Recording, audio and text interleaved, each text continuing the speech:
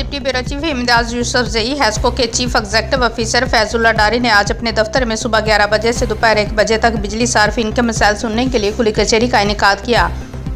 इस दौरान उन्होंने खुद शहरियों की शिकायत और मसाइल सुने और मुतल्लिका अफसरान को मौके पर ही उनके फौरी हल के लिए अहकाम जारी किए। चीफ एग्जीक्यूटिव ऑफिसर फैजुल्ला डारी ने कहा कि सार्फिन को बेहतर सहूलियात फराहम करना हैस्को की अव्वलीन तरजीह है। उन्होंने कहा कि खुली कचहरी का मकसद बिजली सार्फिन के मसाइल को बराह रास्त सुनकर उन्हें बरवक्त और कवानीन के मुताबिक हल करना है। उन्होंने मजीद कहा कि हैस्को की सर्विस पॉलिसी इस बात का वाज़ेह सबूत है कि अदारे अपने मौजूद सार्फिन की खिदमत के लिए संजीदा है, इसलिए वो खुद रोज़ाना 2 घंटे सार्फिन के लिए मुख्तस करके उनके मसाइल सुन रहे हैं।